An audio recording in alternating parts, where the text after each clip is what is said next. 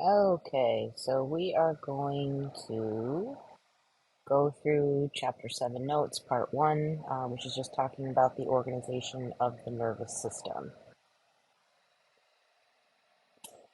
So, first, what's the function of the nervous system? It's the master control and communication system of the body.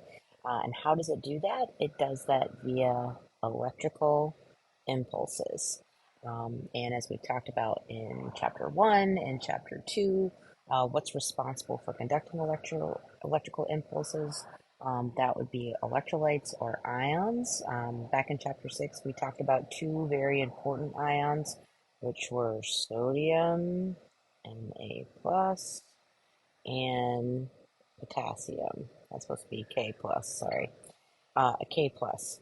Um, because of these two ions, your nervous system functions. Um, the nervous system works along with the endocrine system to control, everything that basically happens in our body. The nervous system, however, has two specific characteristics of the fact that it is rapid or virtually instantaneous, and it's very specific. So, like if we put our hand on something hot, our leg isn't going to move. It's something that we want to be very, very specific, and we also need things to happen instantaneously in order to keep us safe and alive.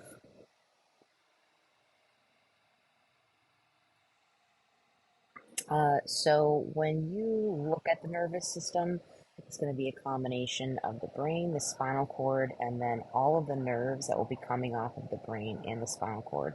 Oftentimes, when you see images like this, the nervous system is shown in yellow, but this just happens to be shown in red. I know when I did my major dissection anatomy physiology in college, they injected dye into different organ systems of the cat. And so, like, the arteries were all in red, veins were all in blue, the lymphatic system was in green, and the nerves were in yellow, for to see easily. But this one's shown in red.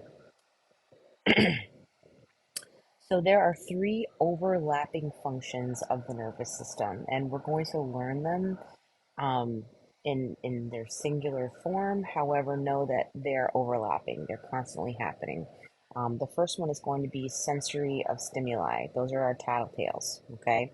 That's picking up information inside of us and outside of us constantly, 24/7, espionage, spy work going on, and that is being directly reported to the central nervous system where the integration happens. And integration is the thinking, it's the making sense of the sensory input and deciding whether or not a response is needed.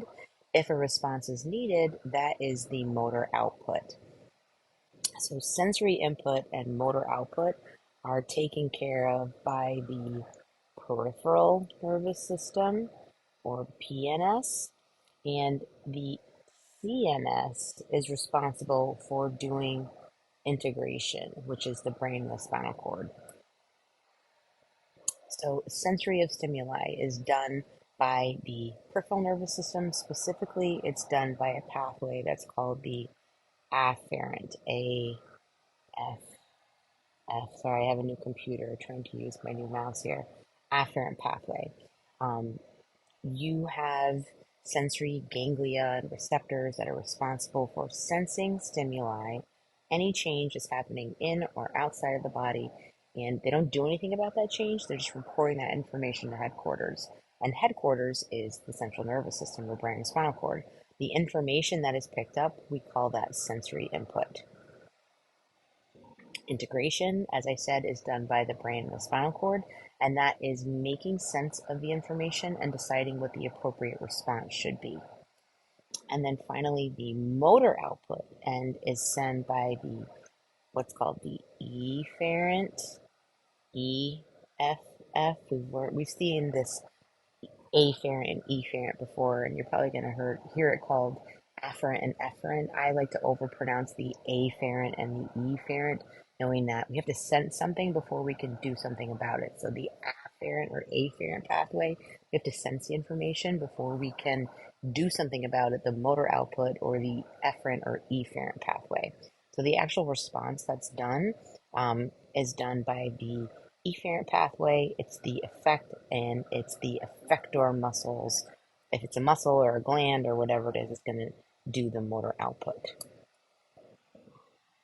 So we can organize the nervous system in two different ways. We can organize it by our structures, which are pretty simple, or functionally with our three overlapping functions. Structurally, it's pretty easy. It's the brain, spinal cord, and nervous system, or I'm sorry, and the peripheral nervous system, which is made up of the nerves. Functionally, however, it can get a little more confusing. So again, structural classifications, CNS and PNS. CNS has the brain and spinal cord. PNS has everything outside of the brain and spinal cord. So brain, spinal cord, central nervous system. So here's the brain, here's the spinal cord.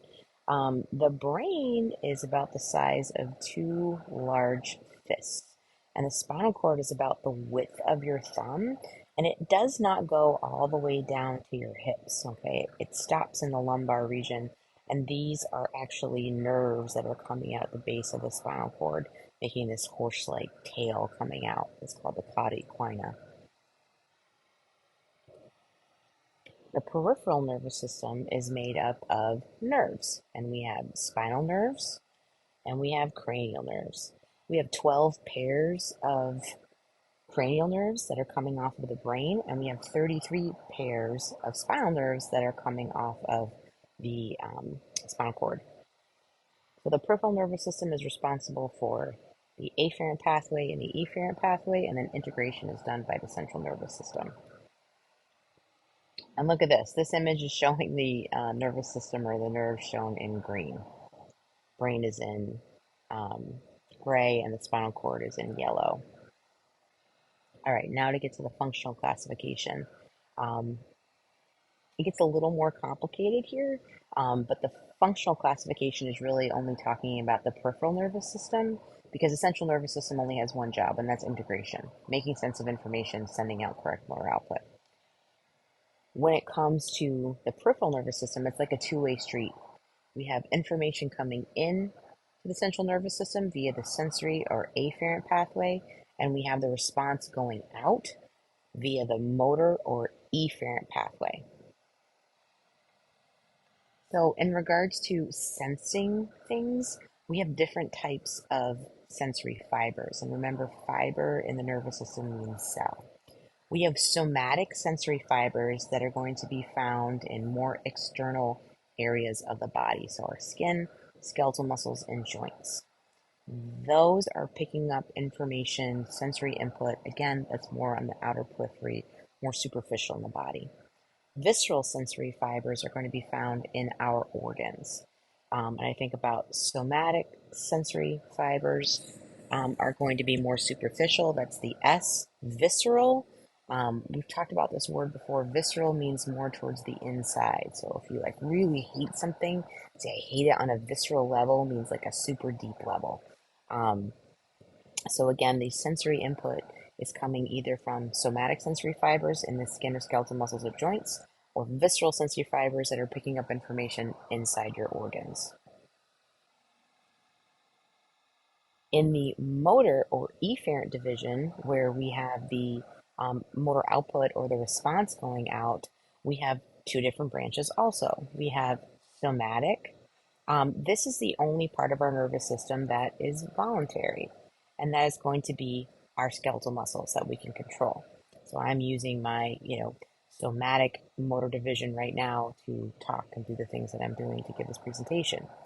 We then have the other division, which is called autonomic.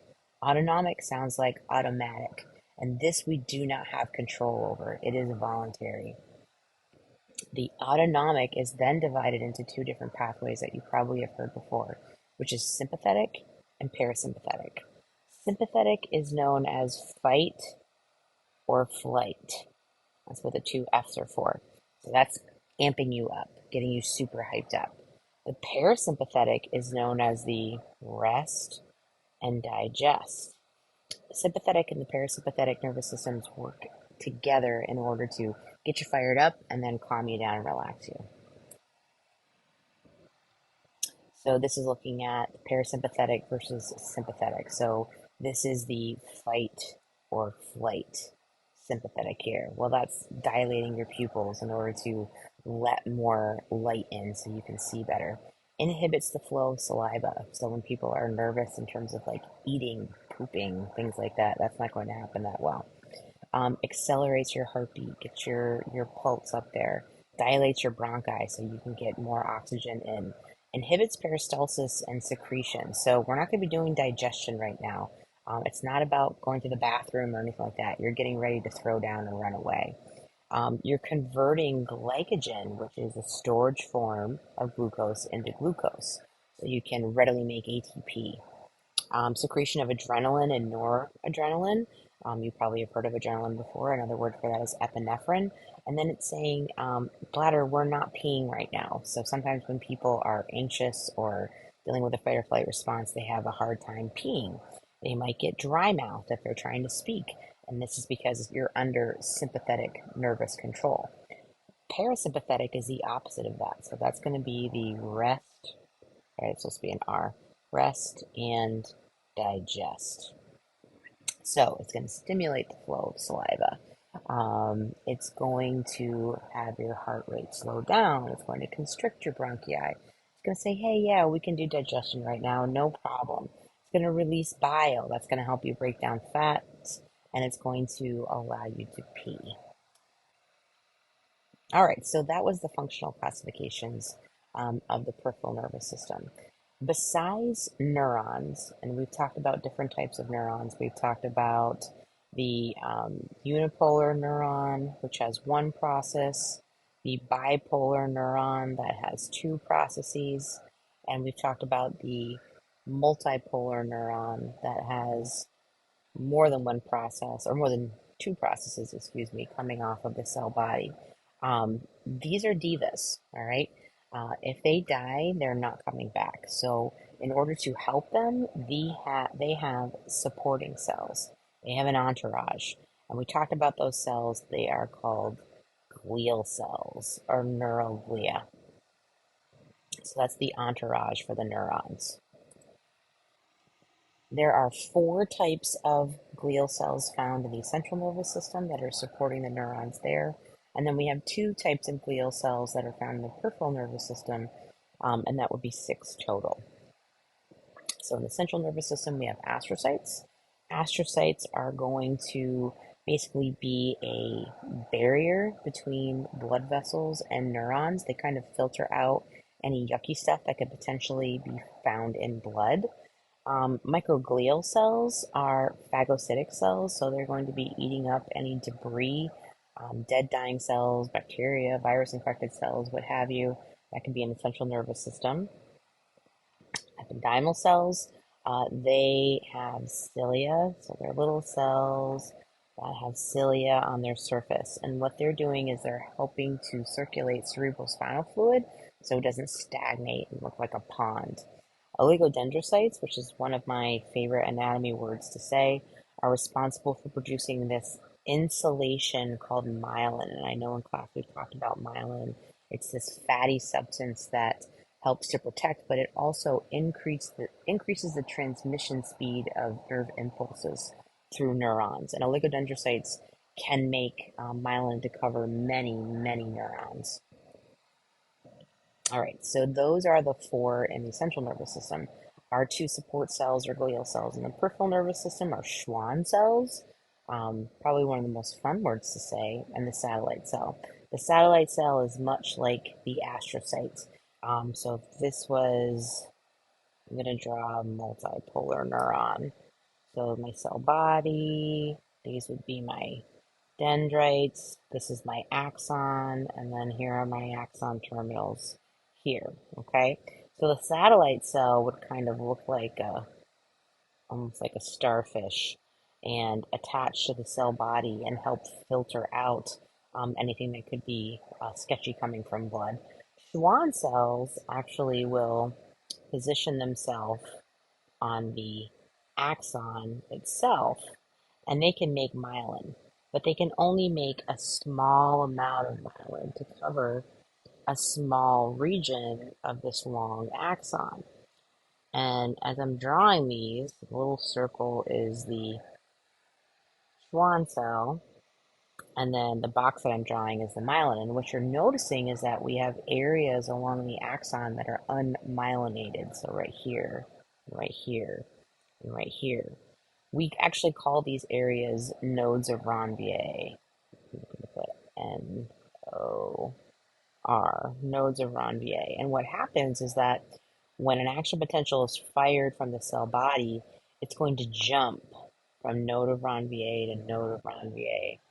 It's going to basically decrease um, the length of the axon and then increase the speed with which the axon can fire, the nerve impulse can go down the axon. All right, and that's all she wrote.